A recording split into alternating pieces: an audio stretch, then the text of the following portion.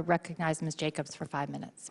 Thank you, Madam Chair, and thank you all for being here. I'd like to follow up on the questions regarding the August 29th drone strike that killed Zamari Ahmadi, a worker for a Southern California-based aid group, and 9 of his family members, including 7 children. And General McKenzie, you called the strike a tragic mistake, and I think we can all agree with that characterization. This is an open hearing, so I'm not going to ask about the specific intelligence that led to the strike. But General Milley, you said even after the truth was revealed that there was a reasonable certainty that the target was valid. So I would like to know, do you have that same level of confidence in the intelligence that you have had for similar strikes carried out under DOD's authority? Yes, I do. I mean, intelligence is not perfect. The intel, as Representative Johnson just said, or Vice just said, it's never perfect. We're not going to get perfection in the world of intelligence. They speak in terms of probabilistic language, what is more likely than not, and I believe that we have good reason to have confidence in our intelligence systems. They're not perfect, but we have good reason to have confidence in them, and I think that's been expressed over time in the accuracy and precision of these strikes. I understand. This one strike was bad. It was tragic. It was horrible. Yes. But that is not to say that the intelligence system as a whole is wrong. Okay. But given that we've actually had multiple of these mistakes that we already know about, including the AC-130 gunship attack in 2015 that destroyed an MSF hospital and killed 42 civilians, what assurances can you give us and the American people that our drone program has adequate safeguards? And Secretary Austin, you said that the department has endeavored to learn from this latest mistake.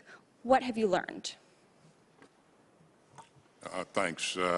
Again, I would just remind you that I have directed a review of this operation, and so I won't make any comments on specifics here because that review is ongoing. But in terms of our commitment to learning from all of our operations, we remain committed to doing that, and we are specifically concerned whenever there is an inadvertent loss of life and injury to civilians. And so we take that very seriously, and we hold ourselves accountable for that. So. Well, great. And we in this committee will be looking forward to seeing the results of that review and also having accountability.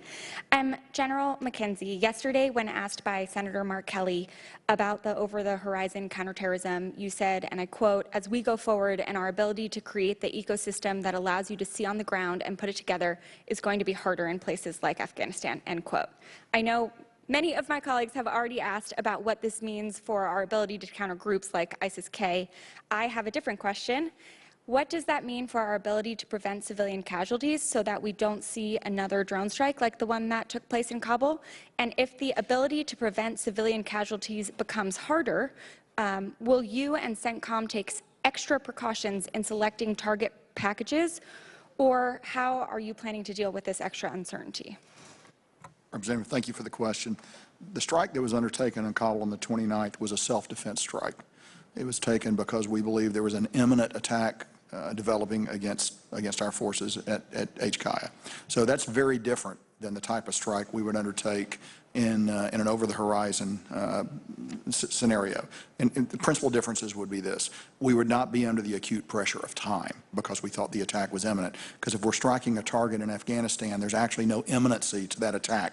You know, we're talking weeks and maybe months rather than hours or minutes. So you have opportunity to develop pattern of life. You have the opportunity to apply all the other disciplines of intelligence that can help us, whether that's signal, image, human intelligence, and we would work hard to try to reconstitute that to a degree, and I'll talk more about that in a future classified session with you.